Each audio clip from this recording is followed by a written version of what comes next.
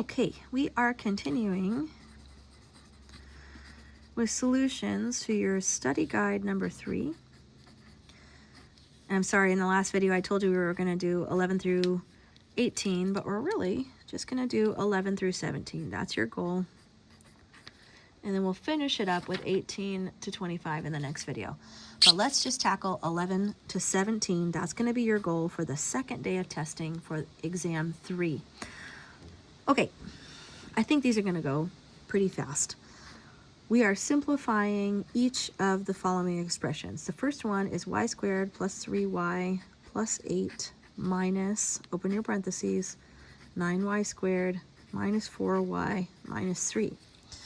This is just an addition and subtraction problem. I'm not multiplying anything except for this negative. I do have to distribute that to these terms, and then I'm going to combine my like terms.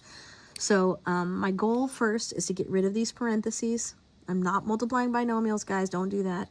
Just combine your like terms. So we'll get rid of the parentheses here, since this is positive, y squared plus 3y plus 8.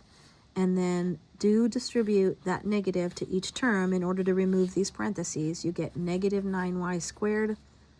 Negative times this negative is a plus 4y. This negative distributed to the negative 3 is a plus 3. Let's find our like terms. So I'm looking for the same variable raised to the same power. I'm looking for all y squareds right now. I have plus 1 minus 9. That gives me a total of negative 8y squareds. What about y's? Just y's. I got a plus 3y and a plus 4y. Gives me a combination of 7y's. And then I've got whole numbers, a positive 8 and a positive 3, which is a positive 11. That's the answer. Easy enough. Number 12. Simplify this expression, negative 8x cubed y times 3x squared plus 7xy plus 10. To simplify this expression, I'm going to distribute this whole term to each term inside the parentheses in order to remove the parentheses, and I'll see if I have any like terms. I don't think I'm going to. Remember that when you multiply exponents, you add them.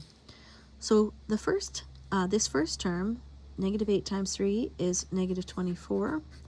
X cubed times x squared, I add those exponents, so I have a total of 5 x's and the single y. That's the first term. Negative 8 times 7 is going to give me a negative 56. X cubed times a single x gives me 4 x's, right? 3 plus 1 is 4. Y to the first power times y to the first power is y to the second power, because I add those two exponents together. Last term, negative 8 times positive 10 is negative 80, and I still have these variables and exponents in here. Okay, x cubed y. I just don't have any more. There's nothing left for me to do. I do not have any like terms. My variables are raised to different powers, and so I'm done. That's the answer. All right, number 13. Number 13 looks like we have some good old-fashioned FOIL. I have 2 binomials I need to simplify, which means I'm going to multiply these binomials using my pattern, first, outer, inner, last. The first 2 terms multiplied by each other. 5z times 3z is 15z squared. The outer 2 terms multiplied by each other. 5z times positive 2 is a positive 10z. The inner 2 terms multiplied by each other. Negative 6 times 3z is a negative 18z. And the last 2 terms multiplied by each other. Negative 6 times 2 is a negative 12. I do have like terms right here in the middle to combine, which is going to give me a total 15z squared. 10z minus 18z gives me a total combination of negative 8z minus 12. Done. That's it. Number 14. 14, I've got options.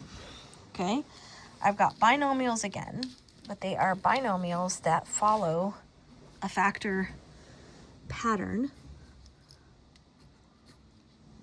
both for multiplying and for factoring. We'll talk about that when we get there to those problems. But in any case, you've got 4a minus 5b squared. Okay, if you remember the pattern, this is in the pattern. Okay, here's your a term and here's your b term. This is a difference of squares. The pattern for factoring a difference of squares is a squared minus 2ab plus b squared. So knowing that this is your a term, if you square it, you're going to get 16a squared minus 2 times ab. ab, 4a times 5b times 2. Okay, 2 times 4 is 8, times 5 is 40 40ab. So I'm going to subtract 40ab and then add the square of the last term, the b term. 5b times 5b is 25b squared. This is it.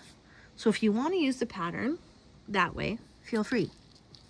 Your other option is to go ahead and use FOIL again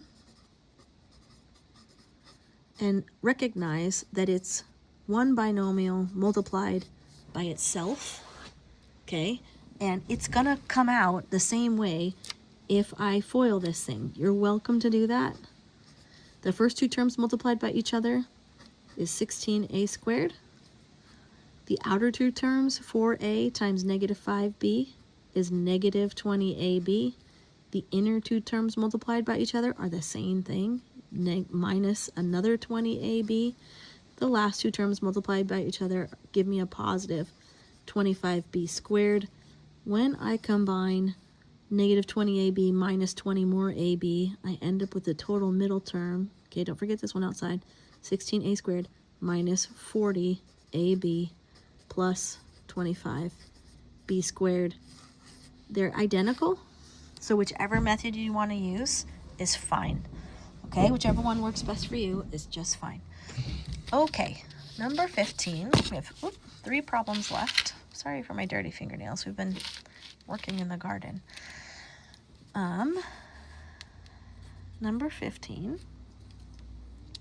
Okay, for number 15, you have a trinomial here followed by a binomial. So I've got a lot of distribution to do here to multiply this out. It's written for you like this.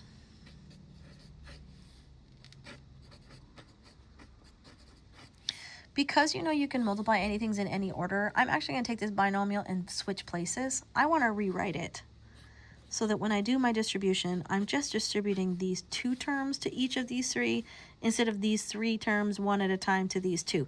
It doesn't matter which way you do it, but I prefer this. So I'm going to switch their order. Okay, I'm just going to swap them like that. And then because I have 3 terms here and 2 here, I need to do this one at a time where I multiply this first term by the first term in here, the first term, the second term in these parentheses, and the third term in order to get rid of these parentheses. I'll follow that by distributing this term to each of the terms in that trinomial. Let's start from the beginning. 3x times 2x squared is 6x cubed. 3x times negative 5x is negative 15x squared. 3x times positive 8 is a positive 24x. 6 times 2x squared is a positive 12x squared. 6 times negative 5x is a negative 30x. And 6 times 8 is a positive 48. Okay, time to combine like terms. I don't have any other cubed x's, so that's all by itself. It's coming down just like it is. 6x cubed. I do, however, have a couple of x squareds.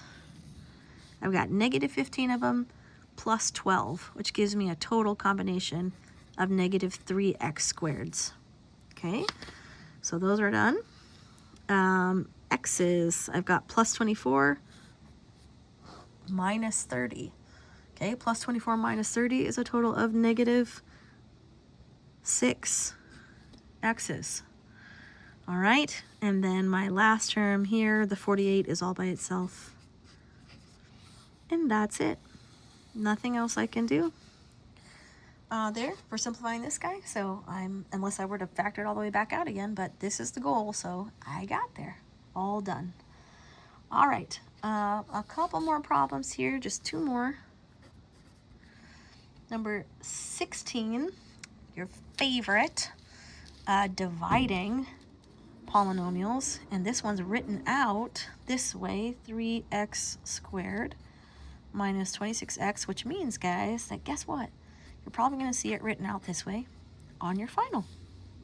So get used to seeing it like this, and then setting it up. Once you see that division sign, you know this is a long division problem. If we were just dividing by a monomial, we could divide each individual term.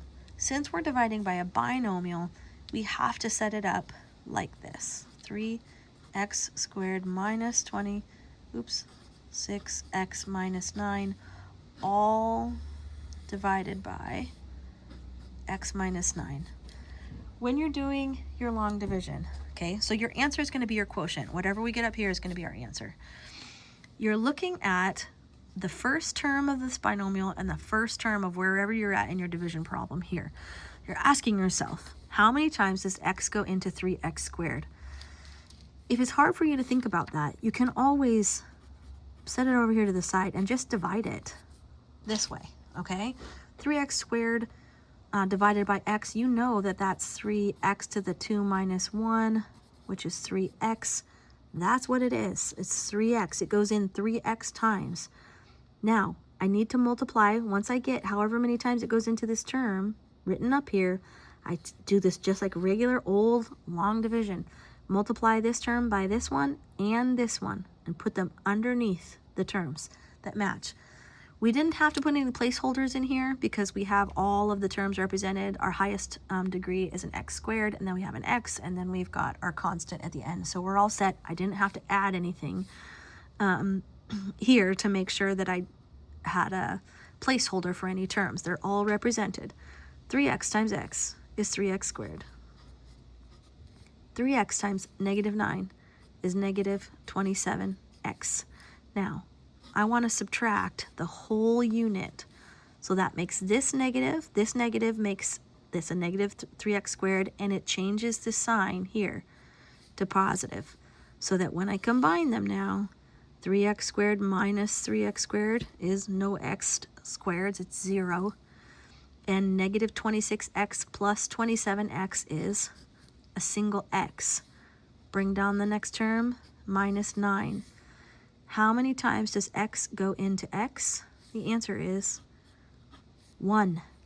Now multiply this term by each of these terms and set them underneath. 1 times x is x. 1 times negative 9 is negative 9.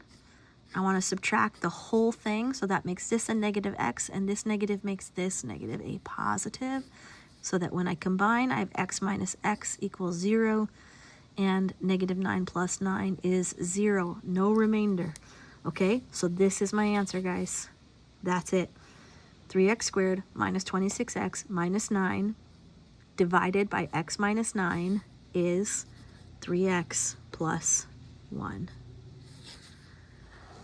If you wanted to go through the trouble of checking your work by multiplying that first factor, x minus 9, by the factor we just got, 3x plus 1, you would find when you multiply them back out that this is what you get.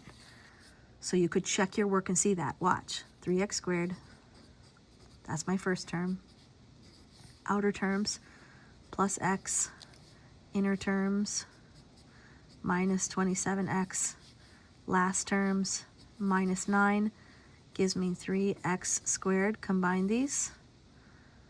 Minus 26x, minus 9. And that's what I started with right here. So check. We got it. Okay. One problem left, and then we're done with the number of problems that I'm hoping that you will complete on day 2 of exam 3. I remind you here on problem 17 on your study guide that a perfect square trinomial can be in the form a plus b squared. Oh, excuse me, goodness sake, that's the factor pattern. Here, let me write it underneath. Perfect square trinomial can be in the form a squared plus 2ab plus b squared, and it would factor to this. Or it can be in the form a squared minus 2ab plus b squared, which factors to a minus b squared. Okay, a plus b times a plus b is going to give you a squared in the lead as the leading term, b squared is a lagging term, and when you multiply the outer and the inner terms, it's going to multiply to give you twice a times b, twice a times b. Okay, similar things happening here, but we change the signs. We still have a positive term at the beginning and at the end, but the middle term is negative. Okay, now factor the perfect square trinomial. Here's your task. 9x squared minus 30x plus 25 using the appropriate pattern. Okay, so this is a perfect square trinomial because the first term is a perfect square. 3x times 3x is the square root of 9x squared. And the lagging term is a perfect square. 5 times 5. Okay, 5 is the square root of 25. And 30 is twice the a term, which is 3x, times the b term, which is 5. 2 times 3 is 6 times 5 is 30x. So check, this is a perfect trinomial. Because it's got a negative middle term, this is the pattern, okay? That top factor pattern is the pattern you want to use. Here's your a term. Here's your b term.